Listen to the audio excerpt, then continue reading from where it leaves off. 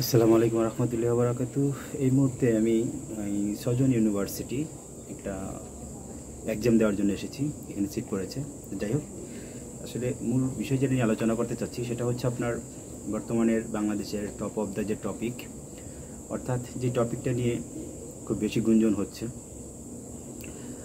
খুব বেশি সমালোচনা হচ্ছে বা প্রশ্নবিদ্ধ হচ্ছে সবচেয়ে বেশি যারা, অর্থাৎ ছাত্র শিবির যেটা আর কি।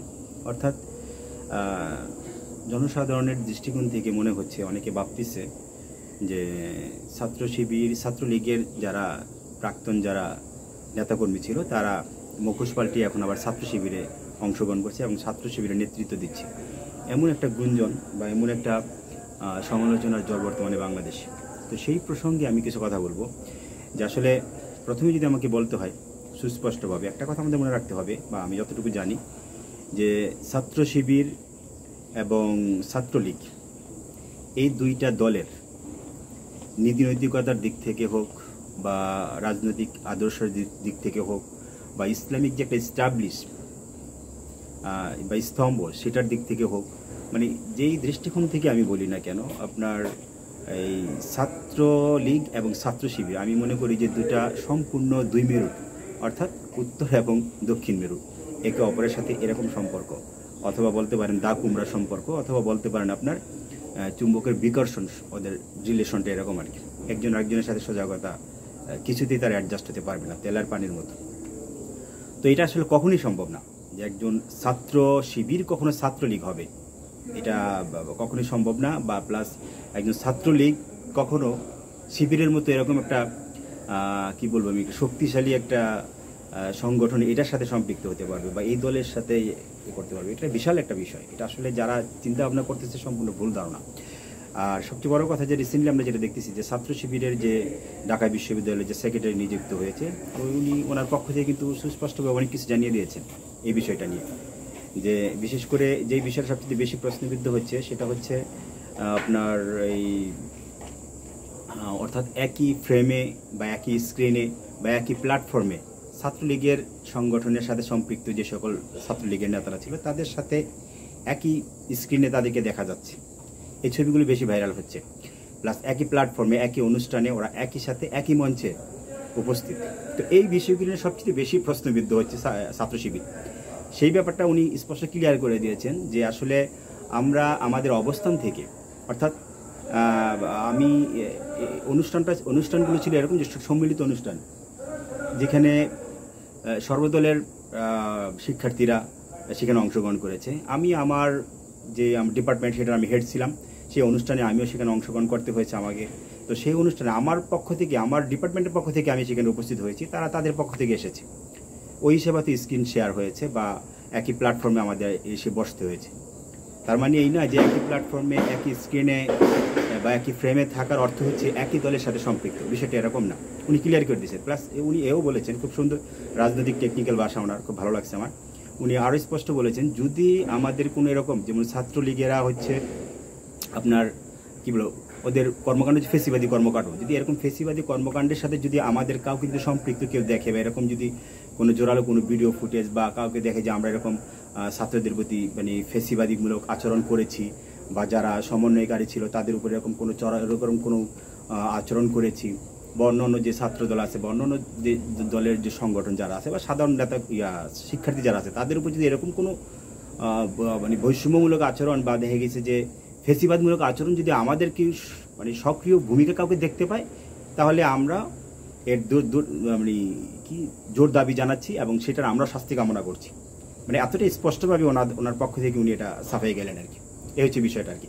তো এটা বোঝা যাচ্ছে যে আসলে না, মানে যেই একই স্ক্রিনে বা একই প্ল্যাটফর্মে থাকার অর্থ হচ্ছে এটা না যে একই দলের সাথে ওরা সম্পৃক্ত বা ছাত্রলীগ থেকে এখন বর্তমানে মুখোশ পাল্টিয়ে ছাত্র শিবিরে আসতেছে, এই বিষয়গুলো এরকম না। আমি তো আগেই বলেছি যে একটা আরেকটা সম্পূর্ণ দুই মেরুরা, কখনই তাদের পক্ষে সম্ভব না মিলন হওয়া।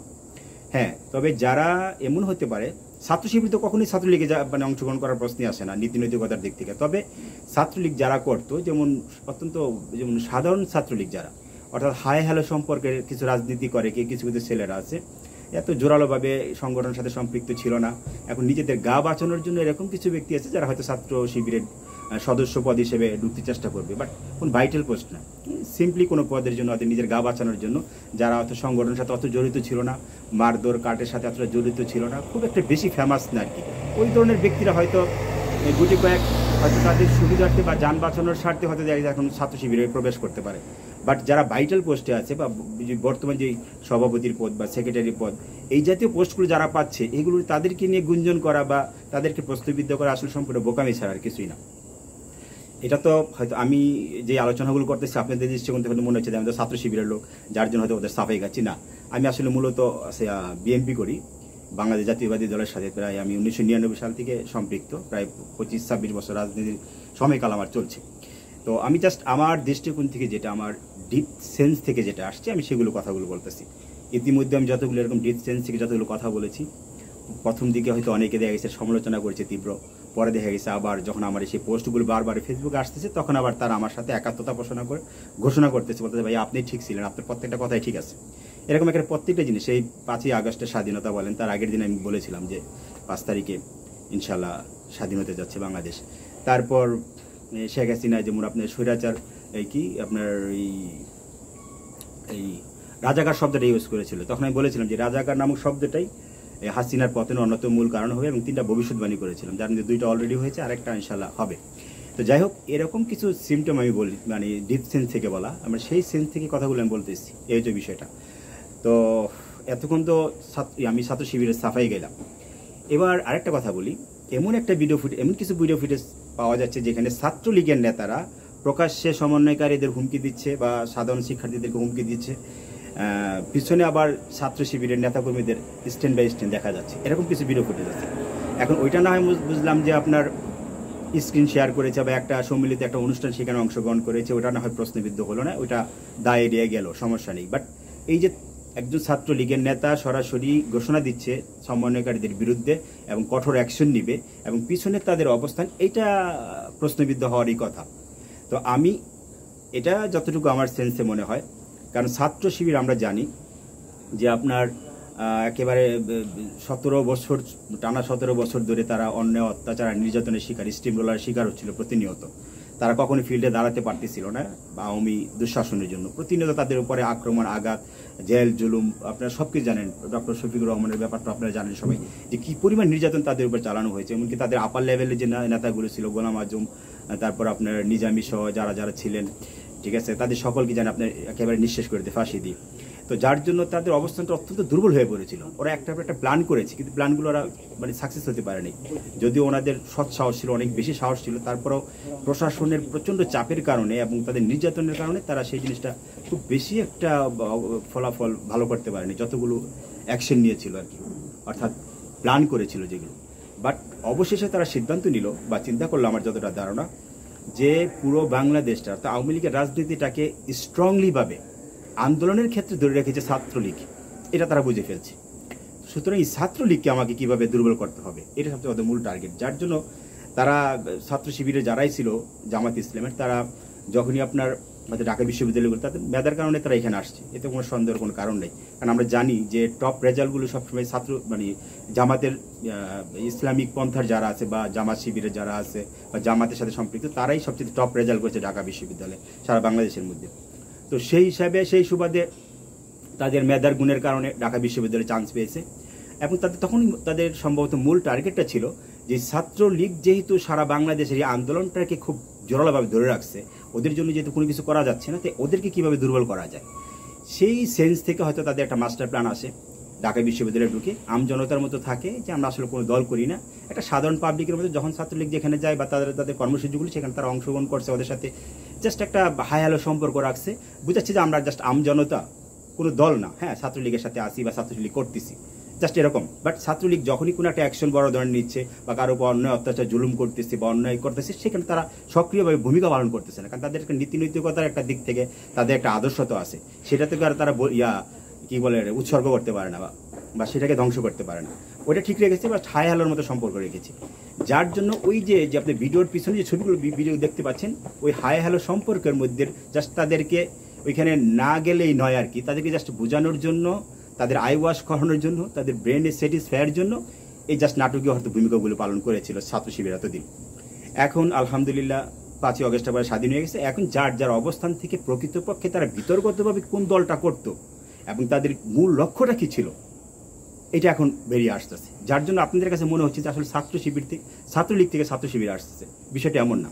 বিষয়টা হচ্ছে ওইটাই যে ওদেরকে ধ্বংস করার জন্য, ছাত্রলীগটাকে ধ্বংস করার জন্য ছাত্রলীগের ভিতরে প্রবেশ করা এবং ওদের আভ্যন্তরীণ যে বিষয়গুলো, যে মাস্টার প্ল্যানগুলো আছে বা নীল নকশা যেগুলো আছে, ওগুলো তারা রপ্ত করেছে, জানতে পেরেছে যে কীভাবে ওগুলো জানলে তখনই আসলে তাদেরকে আঘাত করতে পারবে বা তাদের যে কর্মসূচিগুলো সেগুলোকে ব্যাহত করতে পারবে বা কোন পন্থায় গেলে তাদেরকে ধ্বংস করা যাবে এবং দেশ পুনঃস্বাধীনতা অর্জন করা যাবে, নিজেদের আবার যে আপনার দলের যে প্রভাব ক্ষমতা বা নিজেদের যে সংগঠন সেটা আবার তারা ফিরে পাবে আর কি। এই হচ্ছে মূল বিষয়টা আর কি। আমার ডিপ সেন্স থেকে কথাগুলো বললাম, বাকিটা মহান আল্লাহ ভালো জানেন আর ছাত্র শিবির সবচেয়ে ভালো জানেন। এই হচ্ছে বিষয়টা। তবে এটা আসলে এটা নিয়ে এত বিশৃঙ্খলার কিছু নেই, একদম আপ টু বটম সবাই এই বিষয়টা নিয়ে প্রশ্ন করতেছে।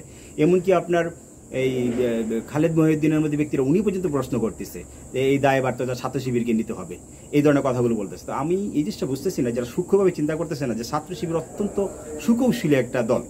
তারা তাদের জাস্ট রাজনৈতিক যে কৌশলটা, কীভাবে তাদেরকে ড্যামেজ করতে হবে, কীভাবে এই দলটাকে একেবারে নিশ্চিহ্ন করে দিতে হবে এবং ওদেরকে ধ্বংস করতে পারলে পুরো আওয়ামী শাসনটাকে ধ্বংস করতে হবে, সরকারটাকে পতন ঘটানো সম্ভব। জাস্ট ওরা সেই টেকনিকটা অবলম্বন করেছে। সকলকে ধন্যবাদ। আপনারা আপনাদের মন্তব্য জানাবেন আমার এই ডিপ সেন্সের সাথে যে আসলে কথাটা কতটা যুক্তিসঙ্গত। আমার দৃঢ় বিশ্বাস এটাই স্বাভাবিক, এটাই ঘটেছে আর কি বাংলাদেশ। যাক, সর্বোপরি আমি অবশ্যই ছাত্র শিবিরকে স্যালুট জানাই। যার কারণেই হোক দেশ স্বাধীন হয়েছে, আমরা আমাদের বাক স্বাধীনতা ফিরে পেয়েছি, এটা সবচেয়ে বড় কথা। সকলকে ধন্যবাদ। আসসালামু আলাইকুম ওয়া রাহমাতুল্লাহি ওয়া বারাকাতুহু। আপনি সবাই আমার জন্য দোয়া করবেন। আজকে আমার এখানে এক্সাম সিট করেছে, আমার পরীক্ষা হবে। এই বৃদ্ধ বয়সে পড়াশোনা করতে হচ্ছে, জ্ঞান অর্জনের আসলে শেষ নেই কোনো, এটাই সবচেয়ে বড় কথা। সবাইকে ধন্যবাদ।